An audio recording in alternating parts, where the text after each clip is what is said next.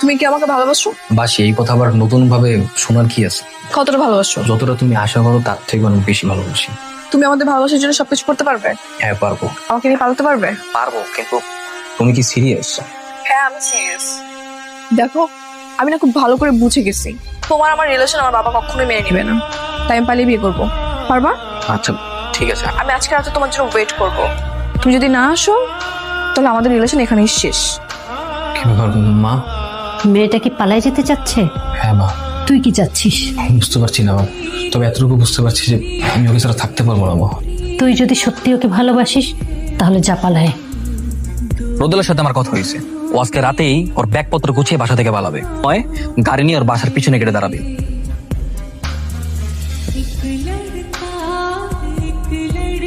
আচ্ছা আমার না কেমন মাথা ব্যথা করতেছে।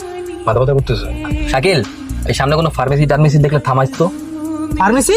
তোকে তো বিয়ে হয় নাই, বিয়ের আগে কি ফার্মেসি? না, ফার্মেসিতে বিয়ের পর। ওর মাথা ব্যথা করতেছে, এই মাথা ব্যথার ওষুধ কেনার জন্য ফার্মেসিতে যাচ্ছে, অন্য কিছু না। তাহলে ঠিক আছে। স্যার কি আমাকে ডেকেছেন? আমার মেয়ে কোথায়? সেটা আমি কি করে বলবো? আপনার ছেলে কোথায়? ও তো বাসায় নাই। ওর মা বললো কোথায় জানি গেছে, কিন্তু কই গেছে বলে যায় নাই। কিচ্ছু জানেন না না? আমার মেয়েকে সকাল থেকে পাওয়া যাচ্ছে না, ফোনের সুইচও বন্ধ, কোথাও তাকে পাওয়া যাচ্ছে না। কথা বলছেন না কেন? আপনি ওকে চেনেন না? জি স্যার, চিনি তো স্যার। আপনার ছেলের এত বড় সাহস হলো কি করে যে আমার মেয়েকে নিয়ে পালায়? এই সেটা কি করে জানবো? জানিস না না? কিচ্ছু জানিস না। মদন মামা কে এখানে?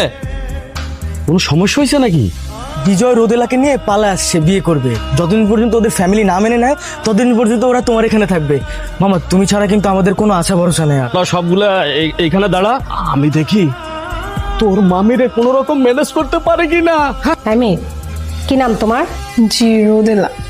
এখানে যে এসেছো তোমার বাবা তোমাকে খুঁজতেছে না? আহা, এত পুলিশি জেরা করছো কেন? মেয়েটা পালায় আসছে, তোমার জেরা শুনে তো ভয় পেয়ে যাবে।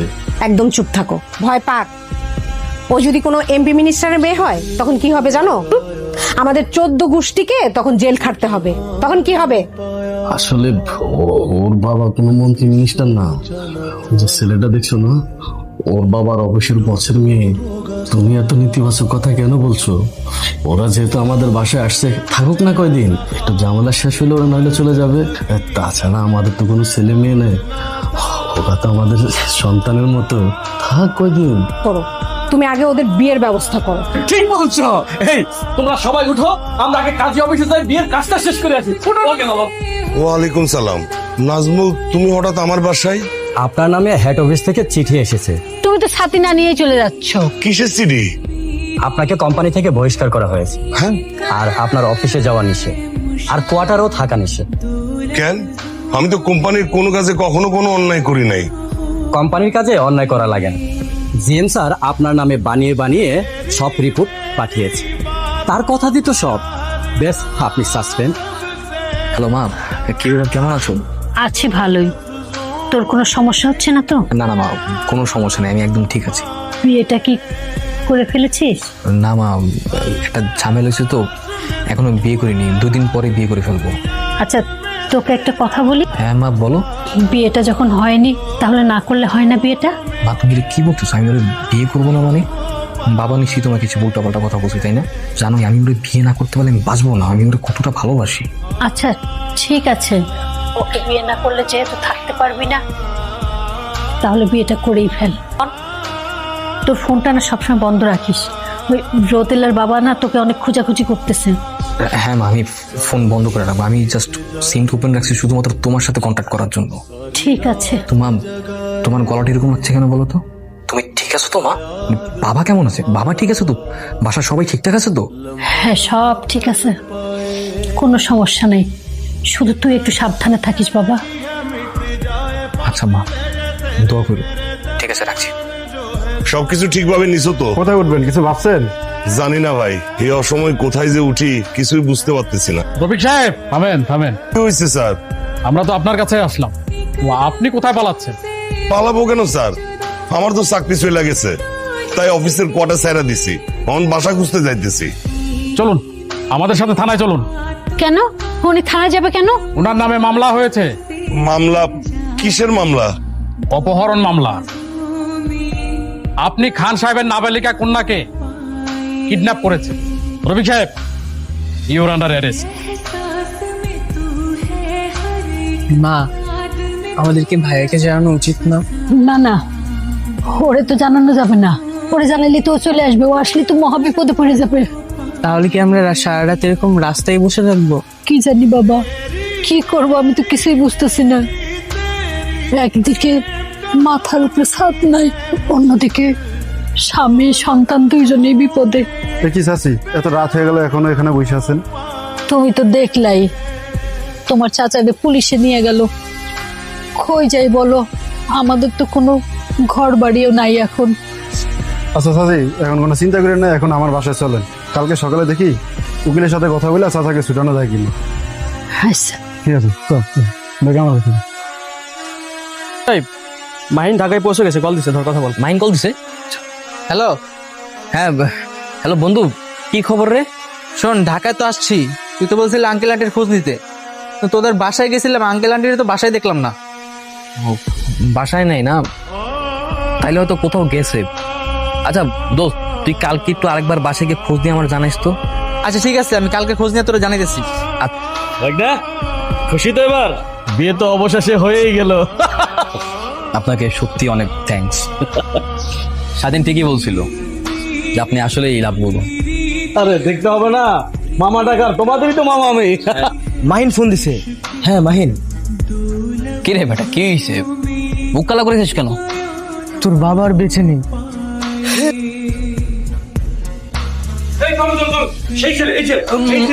মানে কি স্যার? মানে এই ছেলে আপনার মেয়েকে অপহরণ করেছে? এই ছেলে, এই সেই বদমাইশ। না না স্যার, আমি কাউকে অপহরণ করিনি স্যার। আমার বাবা মারা গেছে স্যার। আমার বাবা কোথায়? আমি প্লিজ আমার বাবাকে একটু দেখতে চাই স্যার। তোকে ধরার জন্যই আমরা এই প্ল্যানিংটা করেছি। নিয়ে চলো ওকে। বলছেন স্যার, আমি কাউকে অপহরণ করবো কেন স্যার? আপনার এরকম প্রপার এভিডেন্স ছাড়া কাউকে কিভাবে ধরে নিয়ে যান স্যার? ওনার মেয়ে তো আমাদের সাথে আসছে, ওনার মেয়েকে জিজ্ঞেস করুন না যে আমরা ওকে জোর করে নিয়ে গেছি নাকি ও স্বেচ্ছায় আমাদের সাথে গেছে। মিস রোদেলা, এই ছেলে আপনাকে অপহরণ করেছে না? স্যার, আমি আমার নিজ ইচ্ছায় গিয়েছি, কেউ আমাকে অপহরণ করেনি। ও তো একটা নাবালিকা। না বাবা, আমার বয়স এখন 18 বছর প্লাস, আর আমরা কোড রেজিস্টার করে বিয়ে করেছি। স্যার, আপনি যদি বিশ্বাস না হয় আপনি দেখতে পারেন। আরে ওর জবানবন্দি দিয়ে লাভ কি? ও তো নাবালিকা। এই ছেলেকে নিয়ে যান, নিয়ে জেলে পড়ে দেন।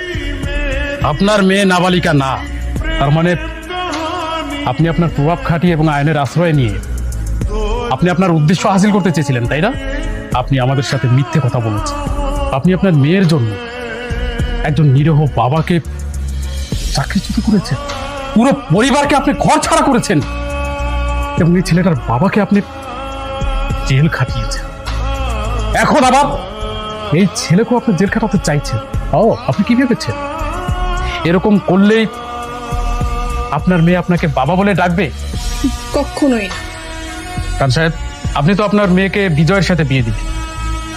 ওর বাবার বংশমর্যাদা দেখে আপনার কি যায় আসে? এই ছেলের বাবা আমার অফিসের সামান্য একজন কেরানি। আর ছেলের সঙ্গে আমার মেয়ের বিয়ে মেনে নেব?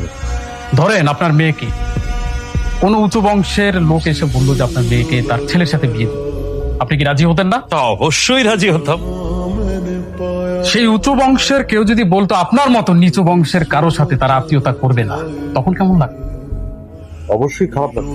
বিজয় একটা ভালো ছেলে, শিক্ষিত ছেলে, স্মার্ট ছেলে। আপনি ওদের বিয়েটা মেনে নিন। মিস রোদেলা এবং বিজয়ের মধ্যে যদি পরবর্তীতে আপনি কোনো ঝামেলা করার চেষ্টা করেন আবার, তাহলে কিন্তু আমরা আপনাকে ছেড়ে কথা বলবো না। খান সাহেব, কথাটা মনে রাখবেন।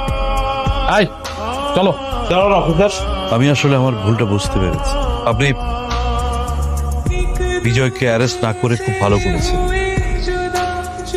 এখন ওর বাবা মাকেও ছেড়ে দেব। আমি আমার মেয়ের জামাতা হিসেবে বিজয়কে মেনে নিয়েছি। ফাইনালি সবকিছু ঠিকঠাক হলো। বাবাকে আমি এত কিছু কখনো দেখি নাই। আসলে বাবা মাকে এরকম হাসি খুশি দেখতে কার না ভালো লাগে? সত্যি কথা বলতে, যারা পালিয়ে বিয়ে করে বাবা মার থেকে দূরে থাকে তাদের থেকে হতভাগা আর কেউ নেই। এই পুলিশ অফিসারের মতো যদি এরকম ভালো মানুষ প্রতিটা ঘরে ঘরে থাকতো, তাহলে হয়তো তোমার আমার মতো এরকম হাজারো ছোট ছোট সংসারগুলো ভালোবাসায় পূর্ণতা পেত।